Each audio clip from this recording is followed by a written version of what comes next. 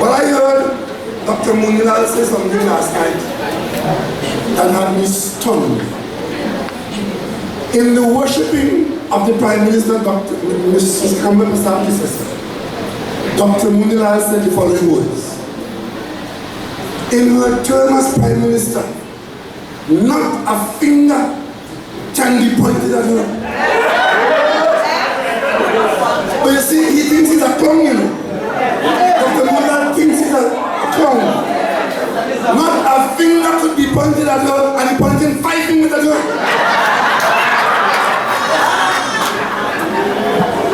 With respect to corruption. So he is now pretending he doesn't know what corruption is. So since he doesn't know what corruption is, he is telling us that the Prime Minister of Trinidad and Tobago, who is sitting in the saddle of the most corrupt horse in any political vineyard, not a finger has been pointed at her by him, because he is all part of the empire. You are among the people in this government who in the police interest and the police gaze, it's a criminal empire. And if the Prime Minister is leading a criminal empire, not only the finger, but the arrow is pointed at her.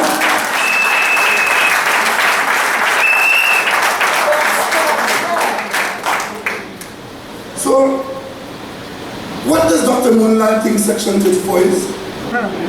If not corruption? If Section 34 is not corruption, then you tell me what is. You conspire, you think, you offer. But what happened in Section 34? Section 34 is, let me remind you, financiers of the UNC had questions to answer in American courts. Oh, yeah. Their associates answered their question and made the jail and go home after. They turned state witness in America, and the Americans tried to get our people here, who were the other part of the equation, to come to their courts, have their day in court, and either be found guilty or be found innocent. These two financiers fighting tooth and nail, not to be extradited. And under this government, they evaded the extradition by virtue of Mrs. Persad-Bissessar heading a cabinet. And from that cabinet came a conversation with the parliament that says, we are going to pass an administration of justice bill, the purpose of which is to reduce the backlog in the court, and all of us want the backlog reduced. So they fed us that line.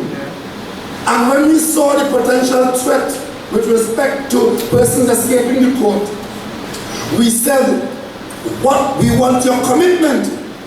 They answered under Mrs. Persad-Bissessar saying, nothing will be done, and specifically the law will not be proclaimed for at least 3 years. During that time, they will build courts, they will appoint more masters to the courts, and lay all the foundation, and in 36 months they'll be ready to operationalize that administration of justice bill. Mrs. Kamla Persad-Bissessar gave us those assurances. And then come Independence Night, in the dead of night, unbeknownst to us, parliamentarians found out from the media that Mrs. Persad-Bissessar, heading the cabinet, had gone to the president like Nicodemus in the dead of night and got the president to pull out the useful section, Section 34, pass it into law, and by Monday morning, their friends had known that that had been done, and they were before the court asking for the relief. And then they changed the lawyers who had successfully fought every challenge from those people. And the minute they changed them, we lost the case. And then the Attorney General, who was in charge of that as his responsibility under the guidance of Mrs. Persad-Bissessar, he sued me because I said he mishandled the case. Sued me on that matter. And then, you know, when he thought a victory had been constructed in the courthouse, he came in the cabinet press conference to announce his judgment. And there was one friend of mine in the media who made a note in the newsroom that in March, when they go for the assessment, that is the day when Rowley will become bankrupt. Because he was there telling the media and the world he expects substantial damages and he wants an apology. No, 2 apologies. He wants one for himself and one for the Prime Minister. They are a tag team. They are a tag team. So even when they get one apology, they want one for the Prime Minister too. And when I went to the Parliament and I asked our Prime Minister, are you aware or did you authorize the Attorney General to come in the government post-cabinet press conference and speak about his private lawsuit he says against Keith Rowley? She said yes. I said, were you aware of what he was going to say? She said yes. They are tag team, the terrible twins, Kamla, Persad-Bissessar and Rowley. And when Rowley became too heavy even for her to carry, our Prime Minister has gone berserk. She's gone berserk. So last night, lonely as she is,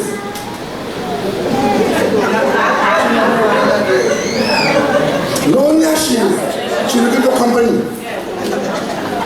This is the lady who oversaw the expenditure and approved the expenditure of about $400 billion in this country. Yep. She is now up for review by you, the people. She gets a microphone and a platform. She gets an audience. And all she could come to the audience with is a red envelope, a red folder, and promising Mali and Yes. And of course, holding me accountable for Mali and Date. Because you see, she wants credit for having to have got rid of the people that she chose and put in office very carefully. So as fast as they crash and burn, she wants credit for supplying the matches.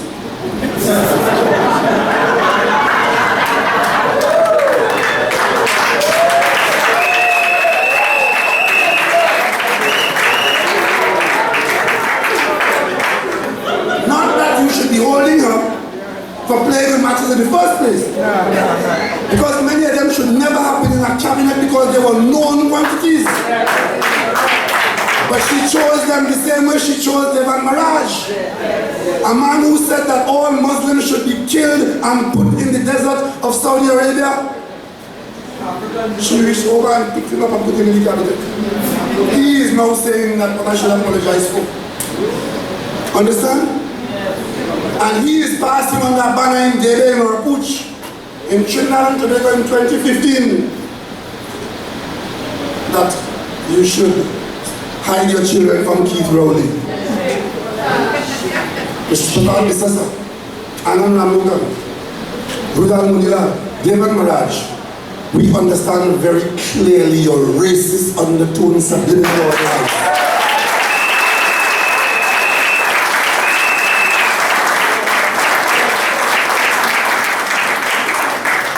And it's a pity that you have to resort to that rather than report on a successful tenure as the government of Trinidad and Tobago.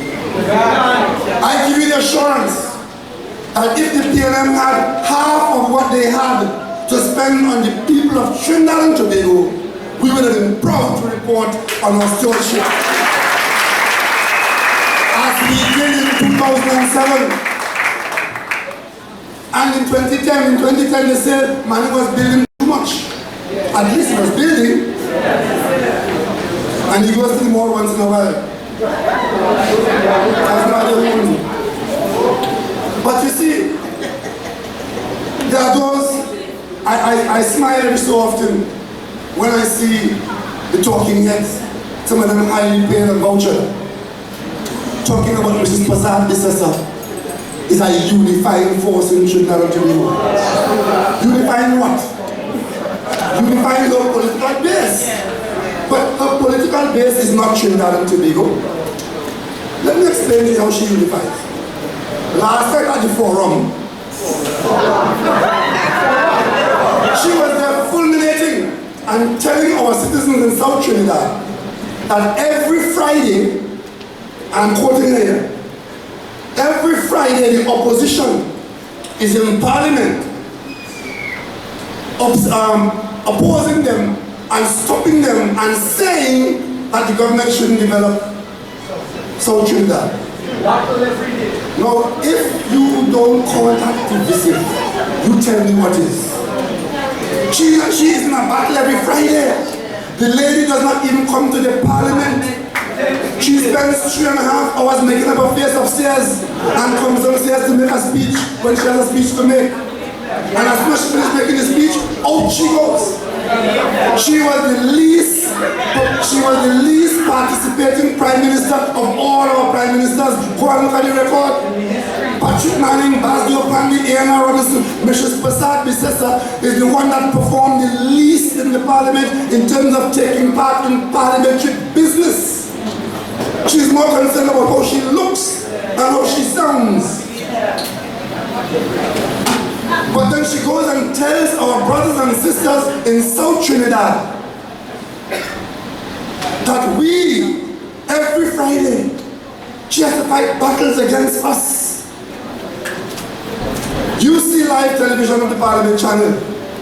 Do you see that? I want to say to the people of Debe and Orapush tonight, those of you who watch the Parliament channel, tell me one instance where the PNM stayed in Parliament and fought Mrs. Persad-Bissessar in a battle to prevent something from happening in South. Maybe if we had done that, this little island, facing a very, very serious economic future, where oil price is hovering at $40 a barrel, and public servants just got an extra $2 billion in recurrent expenditure, and the NGC is being raided by this government. We are now on the verge of having 2 law schools within 20 miles of each other.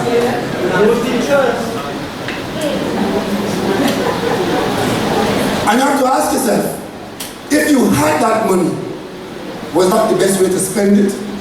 The government of Trinidad and Tobago, for the benefit of the region, because it's a UWI setup, not like UTT, which is for Trinidad and Tobago, UWI.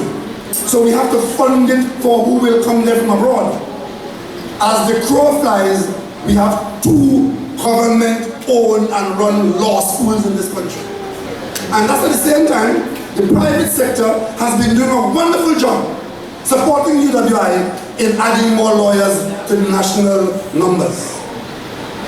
And of course, they will tell you what wonderful thing they have done by building another children's hospital within 7 miles or 10 miles of the other one.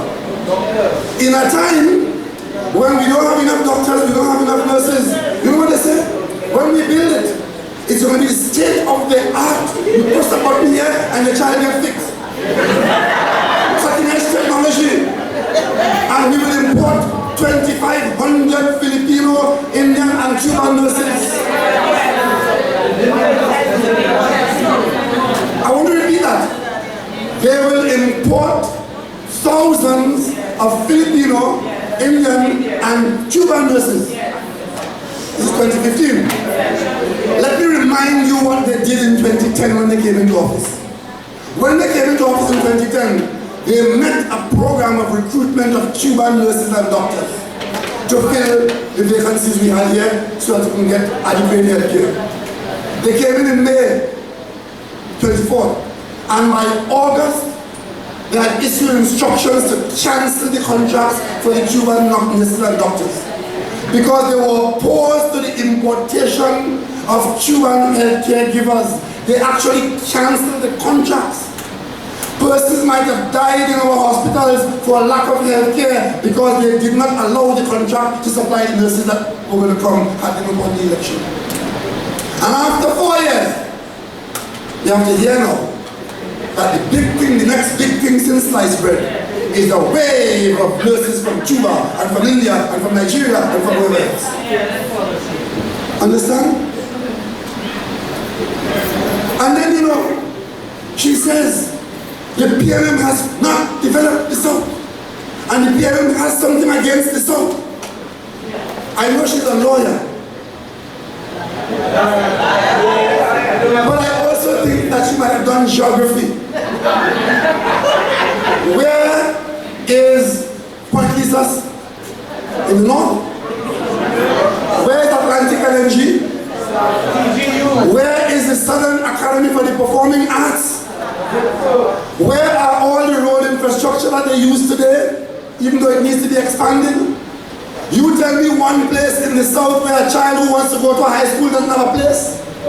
As a matter of fact, there are excess school places in south in high schools and in primary schools. Where was she when the PNM came into office and the only road to south was a thread that led from Turep all the way through the cane fields down Claxton Bay, through Point D'Or into San Fernando? And it took you sometimes 2.5 or 3 hours. And if a truck break down Point D'Or Hill, it could take you 5 hours. Where was she when the PNM built the highway all the way to San Fernando and to Golconda?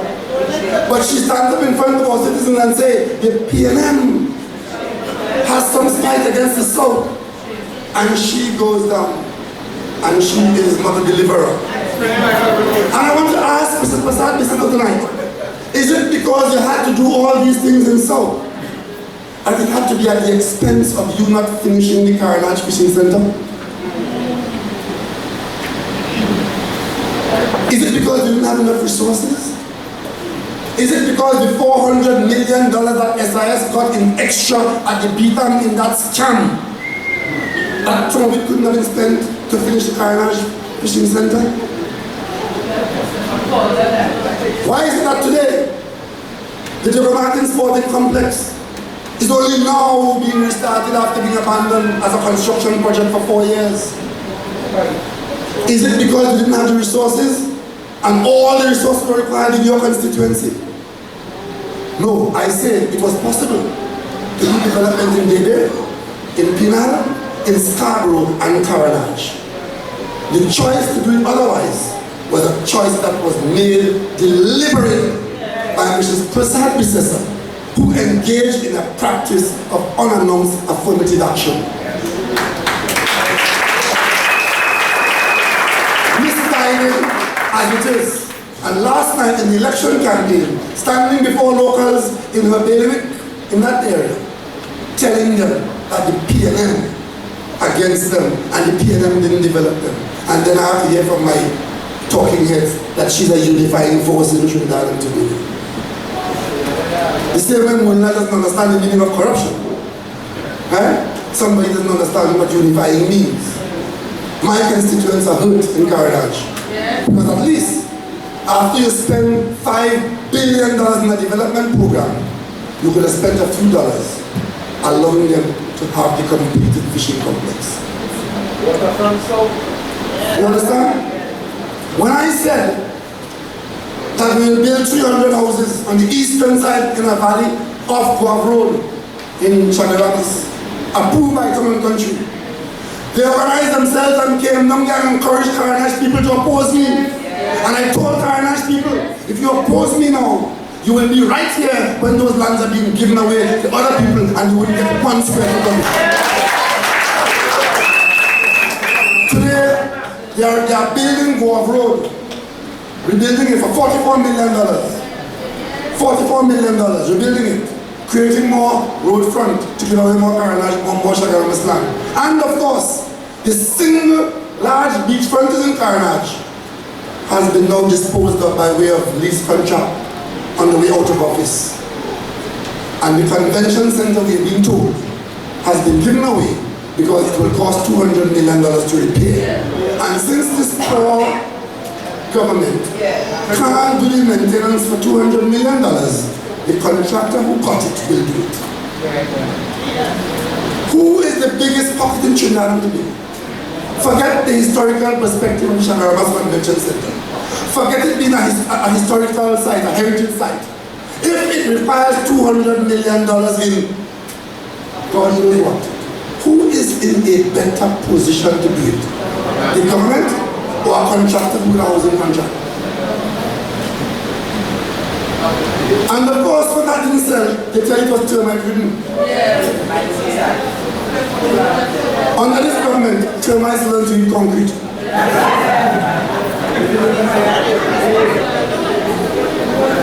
And she holds up. She's looking for company, as I told you. So she holds up a red folder saying it's Marlene Gate. The height of irresponsibility on the part of the Prime Minister. Let me go on record here now. Let me go on record for those who don't know me yet. For those who will never know me. Because I don't know how many times I have to say. I'm a man of service to this country. This country has been very good to me and my family. I've learned the best of standards in this modern today. I was baptized in a Methodist church. I was raised by Seventh-day Adventist and Anglican. And I married a Catholic and produced 2 Catholic children. And in my working life, I had the responsibility to manage Hindus and Muslims in large numbers. So I have a record. And I defy anybody in this country to come forward, identify yourself, and truthfully say that Keith Rowley has ever treated you unfairly in the workplace, in the church, in the school. Come forward. Identify yourself. And by the same token, I have held public office in this country. And when it was time to call a spade and stand up to the people of Trinidad and Tobago, I did it at the cost of my office.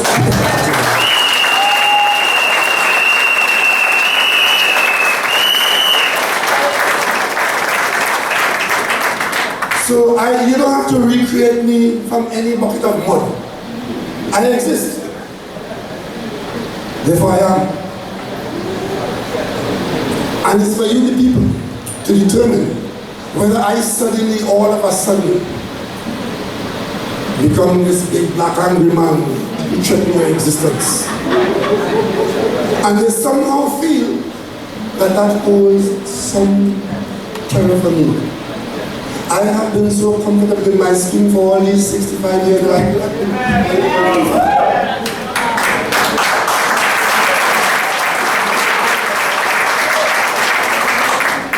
I'll tell you one thing.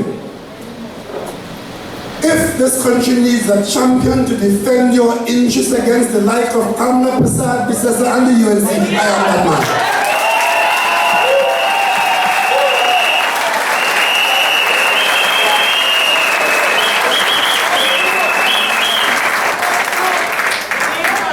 And I place my trust in my understanding that there are far more decent, right-thinking people in this country than Mrs. Persad-Bissessar.